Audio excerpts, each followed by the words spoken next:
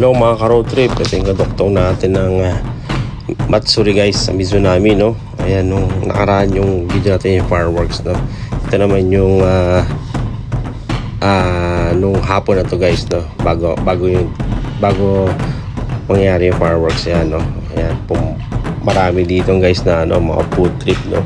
Kaya the best talaga yung Matsuri dito guys. Parang fiesta ba? Kaso nga lang hindi yung hindi bye-bye naghahanda guys, no? Meron sila mga stall dyan. Tapos magsasara sila ng isang street or isang town dyan. Hindi mo siguro town, no? Street lang. Tapos lalagyan nila ng mga pagkain. Tapos mga palaro ng bata. Ayan guys, no? Titikman niyo iba't ibang klase dyan ng mga pagkain guys, no? Ayan. Bali parang 4 na street ata yung sinarado nila dito guys, no? Dito yan sa Mizunami, malapit sa Mizunami Station, no? Kaya kung mapansin nyo, isang mahabang street din guys, puro pagkain, puro pag-games din. Yan, yan time na yan guys is summer, no? Kaya marami din mga ice cream. Tsaka ayan, makikita nyo naman nagpapayapay, sobrang init, no? Kaya pag mga gatong season din guys, sunod-sunod yung mga Matsuri dyan, no? Parang festival, no? Kaya pag napunta kayo sa Japan,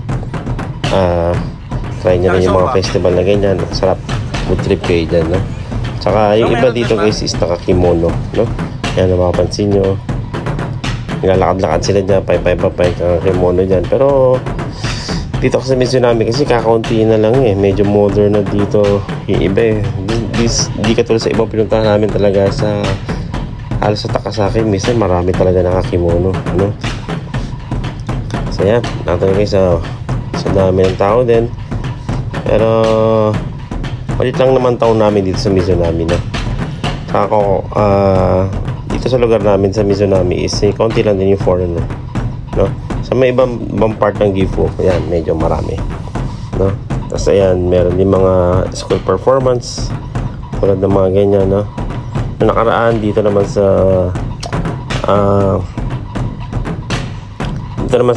Ogo, dito sa Gunma naman guys, is nakaraan naman is yung nagda-drum sila, no? Dito naman guys is parang yan, cheer na mga ganyan, nagsasayaw sila. Pero marami pang iba dyan guys, eh. Ito lang naabutan ko. Kaya yan, napakita ko sa inyo kung ano yung mga event din na ganyan. Meron din mga kumakanta rin dyan guys. Kaso nung gabi na yung event na yun. Kaya hindi ko na video kasi uwian din kami yan, alam ko eh. Nung gabi rin umuwi rin kami. Talagang pinuntahan namin yung festival kami sa namin. Medyo maganda talaga, no? Kaya inulit ko dahil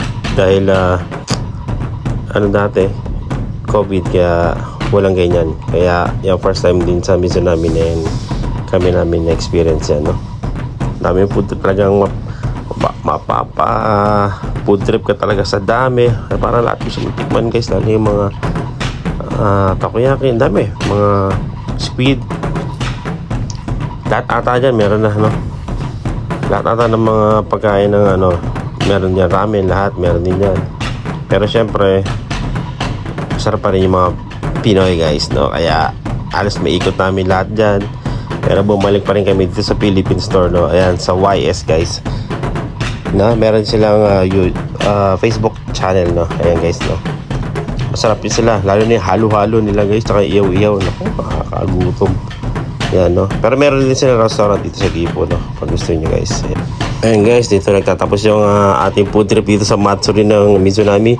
Yan, sa mga hindi pa naka-like and follow, yan, follow naman po aming YouTube channel. Thank you guys and God bless.